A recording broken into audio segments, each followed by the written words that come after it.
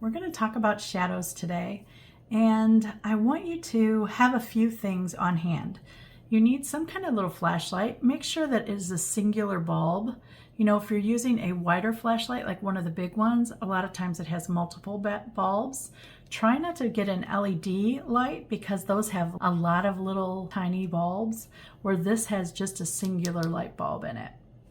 You could also use your flashlight on your phone. If you have that little app, all phones come with a flashlight, just look for it. That's also a really great way to do it. If this is your first time experiencing shadows, what I would suggest is when you get a shadow the way that you like it, take a picture of it, because it will help you when you go to paint it. Also, you can do it several ways. I'm going to be holding the flashlight like towards me, and then I'm going to be moving it back like that so that you'll get different angles of shadows on each of these. I also have my overhead light above me, and you can see that it's already casting shadows here and here all over the place. But I couldn't have it totally dark because my camera would not function that way. So just bear with me that there's a couple different shadows showing. I also want you to think about the drama of a light. As I shine down, moving my light to the back, look what happens to the shadow, right? Look at this shadow over here. Look how big that becomes. You can get it really large. You can get it really fine. The higher up you go, the little tighter it gets. The closer to the paper you go, the wider it gets. And then this one is totally up in the air. That's why it's casting such a far shadow. Even this way, look how far that is and look how close this is. It's because this one is probably an inch off the paper, where this one is leaning right against the paper. And that creates drama. So when you are playing with something and you want a little drama in your art piece, I want you to think about the shadows, because they can change the way your painting feels.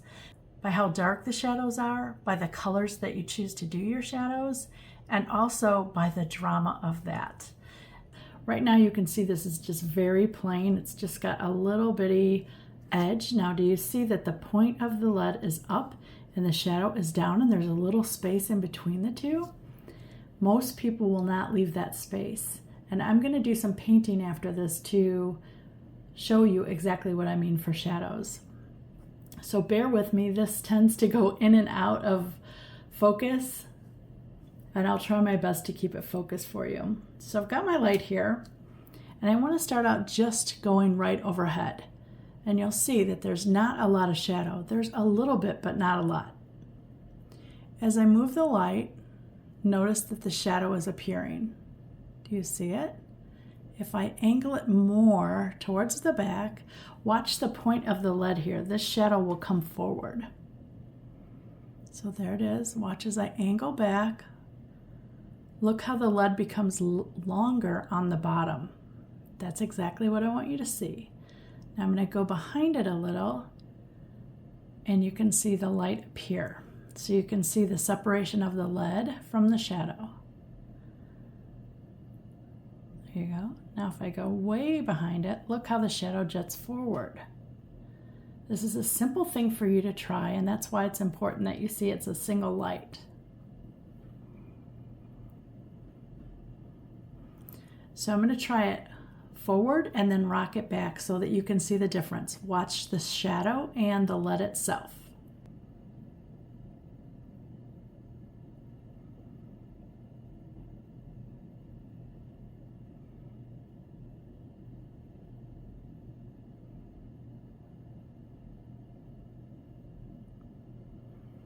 It's a cool concept, right? So it's interesting to watch it change, and we're going to paint this, but I've got several other items. This is a great branch. This is just a branch of a star magnolia with some buds, but what I want you to notice already, just from the fluorescent light above, you can see there's some shadows showing underneath here, and there's some not showing. There's a faint one over here where this is in the edge. Do you see it coming down right there? So it's hitting the paper. See, that is the tip of this. Notice the space. So the point of this is down, and then you've got the airspace all under here. So that means that this whole part of the branch is raised. So that's why you have that airspace. So that is the twig, this is the shadow. You can see here that it touches the ground again, and you can see hardly any shadow here at all. So we're going to play with the light, and I want you to watch what happens to this back one. A shadow will appear, and we're going to move it around. See how that back one appears? Look at that right there. But watch what it did to all these other shadows underneath.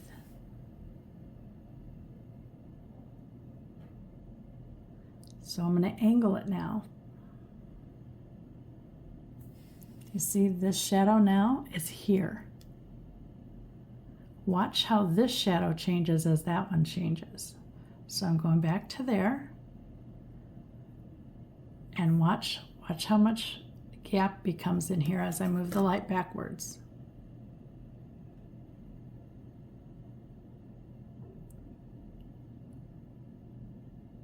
That's the coolest thing about shadows. So if you want something really dramatic, you can really move your light all around and find it. I mean, look how wide that shadow becomes. Look at that. It's just got really weird angles. I can totally just obliterate it. So the light is almost straight down this way, right next to it.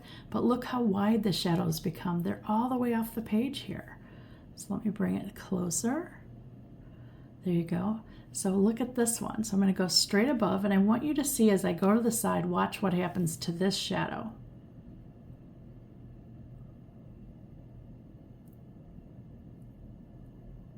Look at the drama it gets. This is the joy for me of shadows, because you get to decide as the artist which way you want it to be. So I'm going to paint it so that we have one back here, one here, and one here. So let's find kind of, there we go. Look at that. Isn't that cool? I will probably do something more. Let's see. I'll probably paint something like that. I like seeing a little bit here, and I like seeing this one way over here. Okay, let's look at an acorn next. In the acorn, you can see that the stem here is off the paper. There's space there. It's above the paper, but you can see the acorn cap and the acorn itself is laying on the paper, so there is no space. But look at the tip here and look where the shadow is. So again, that tells you it's in the air. So let's play with some light and see what happens. So here is straight on. And I'm going to move it from the front to the back and watch the shadow grow.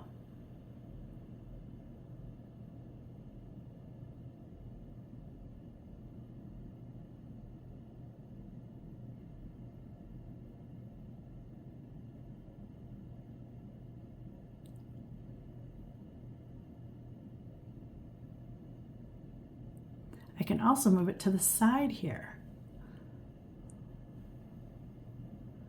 Look at the drama of it. This is a lighter shadow, and that's the darker shadow. This is further away, so it's going to be lighter. It is always darkest next to the item. So if the shadow is right next to the item, it's going to be darker. But this is really a cast shadow from up here. So it's the top of the acorn cap that is shining here that is creating this shadow. And it's nice to know that, because you would be like, why is that so much lighter? And it's because it's hitting the top edge here and casting that shadow onto the paper. So let's go straight above here and let's dramatize it. There you go. And look at the light source here. Look how hard it is hitting these, and look how dull that looks. So if you are painting this in the drama like this, you have to make sure that you have it that bright of a light too. I've got one more thing, a leaf for you.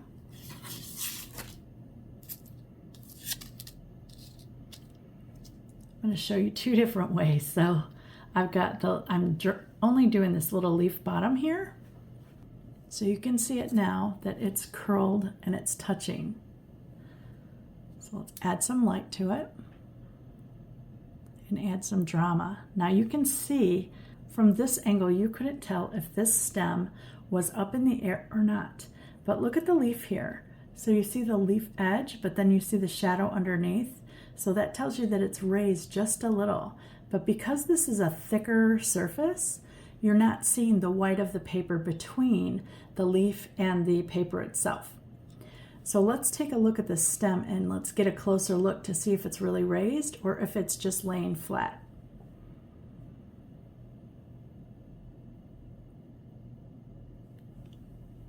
Do you see the separation right there? Right there at the tip. That means that it's raised off the ground, but watch as I shift the light.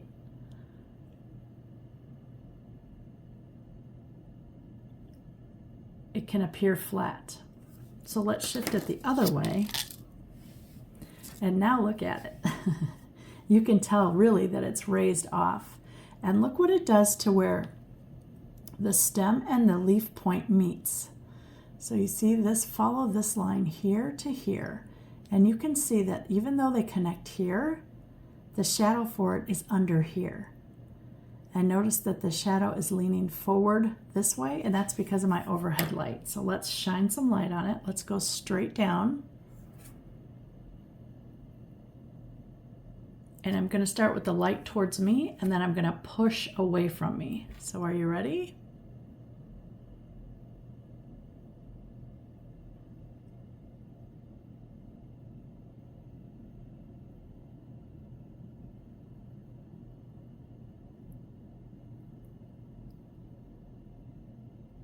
Did you see how far that point and that point came? Watch again.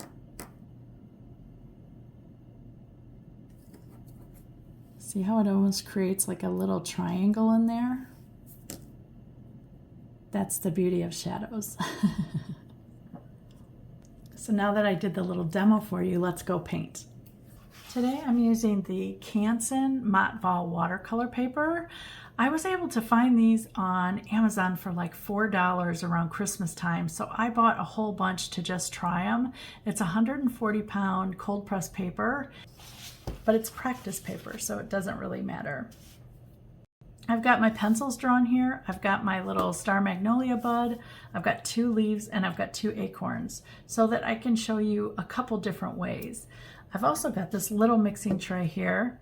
This little mixing tray came inside of a bigger mixing tray. I just really love the set because I was looking for something small for if I'm working in my tiny sketchbook. I don't need to pull out a big mixing tray. So I'm just using the smaller one here. And on my palette, I have my favorite brown, which is Daniel Smith German Greenish Raw Umber, and my favorite shadow color, Daniel Smith Lavender. I love the way these two mix. In fact, any brown with lavender is a beautiful color to create shadows with. And I try to keep it on the lavender side. You'll see as I'm mixing.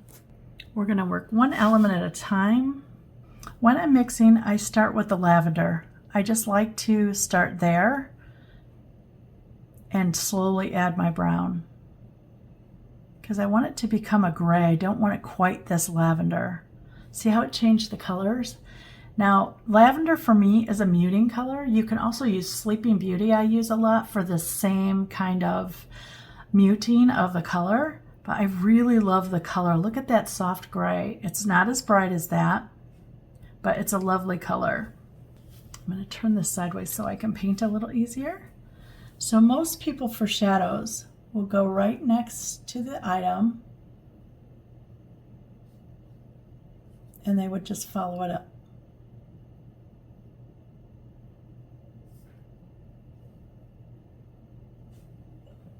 Now there's nothing wrong with that, except it doesn't show that the lead is pointing up, that there is space, because you can see the lead goes up, right? It's sharpened, it's not straight. So this part is up off the ground. So the way to do that is you're gonna do right next to the pencil, you're gonna come a little bit this way and you're gonna go out to a point.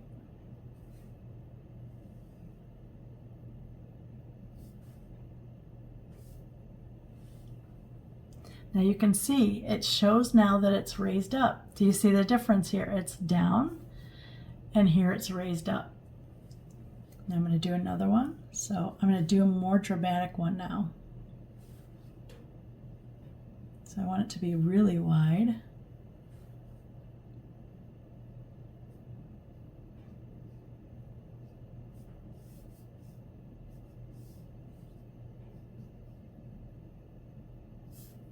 So that is a simple way. You saw it's just really a little bit of color, and adding the space there is what gives it the drama. Now, if you were to actually shade this where you have value in your shadows, so I would add a little more of the gray or the brown to my mix.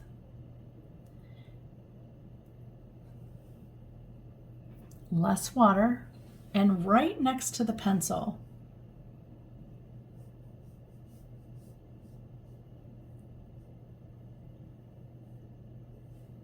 that is where I'm going to add the darker line so that it puts the pencil down on the ground.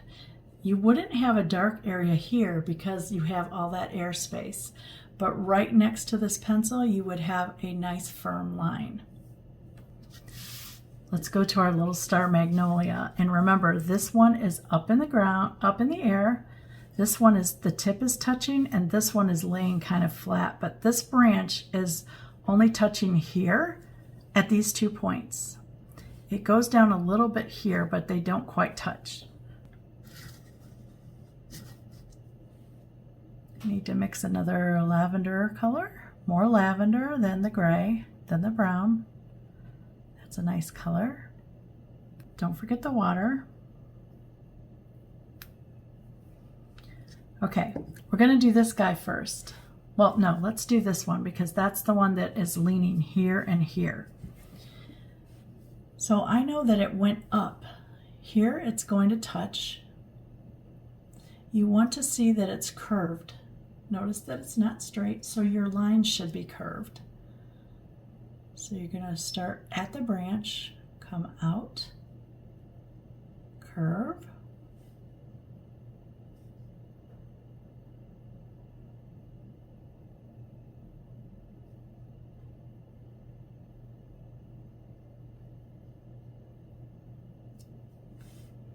see how it curved that branch? Now we want to add the straightness of this branch. So think about as in the middle here, because this shadow is this part. So we still got to connect to that straight edge there. So from here, I'm going to go straight up. And I'm going to deepen right there because it's where they all kind of connect. I'm going to deepen at the edge, it connects there, and at the edge it connects here. So see how we've got 3 different shadows. So we had the curved one, and it's really light here. And then we have this darker one that connects to the straight stem there. And see how the deeper shadow here and here connects it to the ground. Now this shadow, remember, that's a light one because it's raised off the ground, right? It comes, put your finger in the air like that. That is how big that, curl it upward. That is how tall it's standing. So I'm going to add more water now because remember, it's higher in the air, so it's going to have a softer shadow. Now where we drew the straight branch here, we need to connect. See that this line is connected to that branch. So from here, we're going to go out and make that little bud. Connect it back to that. There you go. So do you see? So where that straight line is, we connected this to that straight line here. Because it has to connect to this shadow because the branch connects here. And then we pulled it out. This one didn't really show a shadow. You can always fake it though to make it show a shadow. So let's just stick one out here really light and have it connect. Okay, then we got this one. Now this one connected here and it did not connect down here. So it's going to come out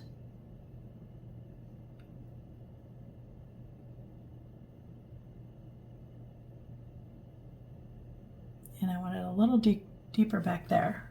Blot that. So do you see that? And then this branch part, I'm going to add just a little bit here. I like all of my elements to kind of have a shadow. It connects the story a little better, but isn't that a lot more dimensional with the shadows? And I really think that when you start practicing, you start to see the shadows in a different way. You start to see them as like almost part of the painting, and as it adds life, it adds form, it adds depth, it adds the grounding to it, right? Instead of just having something laying there, now it connects it to the paper. And I'm looking at how dark this is, and I want this to be just as dark. That's beautiful. Okay, we've got these two leaves here. So again, I'm going to mix some purple, a little bit of brown, more on the purple side, and some water. Okay, without the shadow,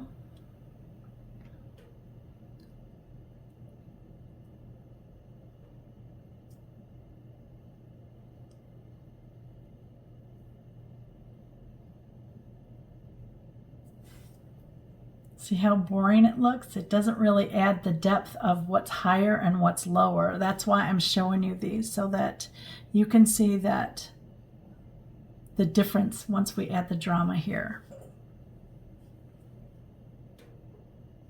So this part came down. This part went up.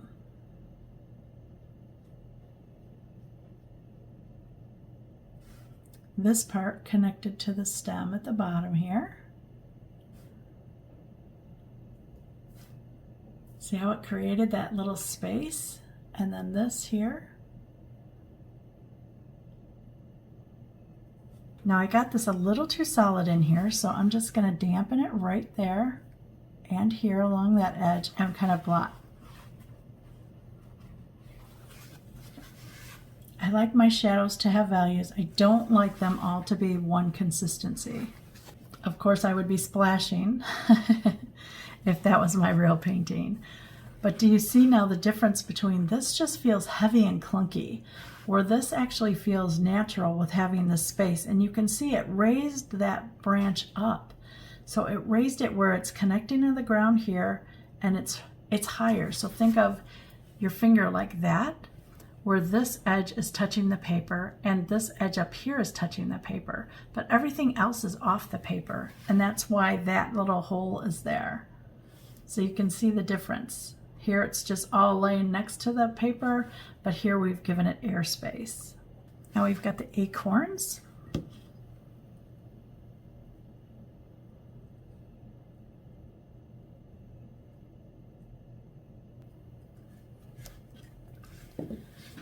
Okay, this one I'm going to do just as there is no airspace.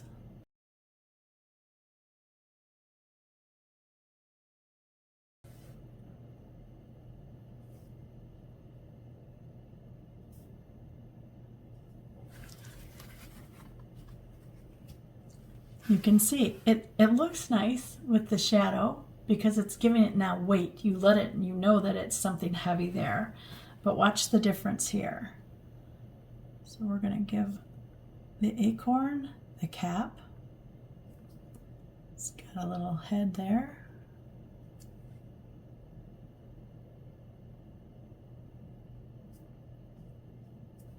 I want it a little darker right in here. Let's go a little fatter even. I want this edge and this edge to be lighter. Not quite that light. So which one now gives it a little more realistic shadow-like? I'm going to curve that edge a little here so that it looks like the cap comes around. There we go. So which one now gives it a little more depth? And I want you to think about how fast those shadows actually went on. Very fast. But you can see the difference here. This just feels heavy. It feels grounded, but it feels very flat. Where this, just having those two extra spaces there and there, give it a little more life and a little more lift. I'm going to bring them up closer so that you can see them. Remember, this one's close, this one's thinner, and that one's thicker.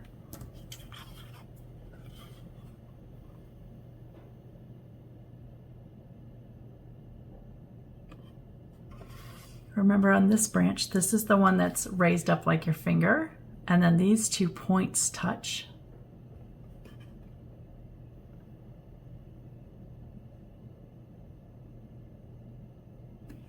And then we have the two leaves. This one I did no space. This one has the space. Let's turn it this way maybe.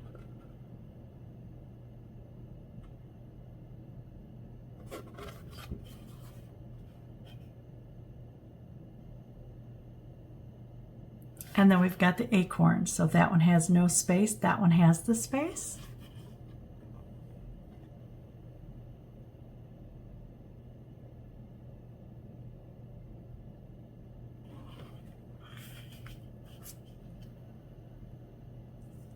I hope you try this exercise at home with a flashlight and some objects of your own, and play with moving the flashlight from in front over here, move it back, tilting it so that you can see the drama up here. Sometimes too, going far away up, so think about bringing the light way up high or way down low, because that will change the area of the shadows as well.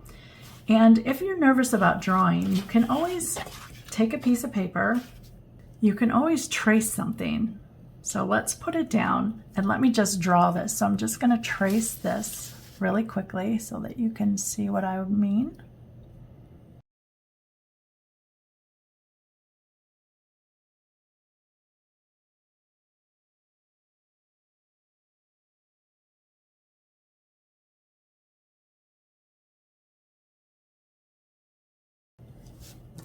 So there's my drawing of just the item really quick. So now I'm going to lay this in that position that I just drew it in, and let's give it a dramatic shadow. So let's just lean it over. Let's see, which way do we want to do that? Ooh, that's kind of cool. Let's try to get this one in there.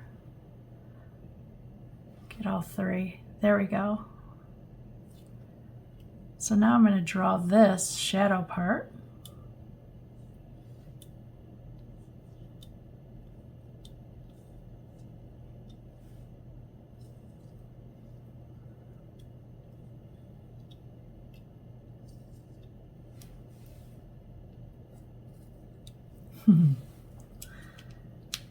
And now let's see, look at that. So now you can see that part here is the shadow. Look at how big those shadows are. Look how fat that shadow is compared to the actual item. So then all you have to do is paint this. It's just an easy way to practice shadows. And if you have any kind of like cheap copy paper, this is the best way to practice this, because you can take the same thing, draw it in a couple spots, and then change the lighting, and you'll get to play with shadows just like we did in the painting exercise. If you were inspired by today's shadow play, please leave me a like, a comment, or subscribe. I would really appreciate it. Thanks so much for watching.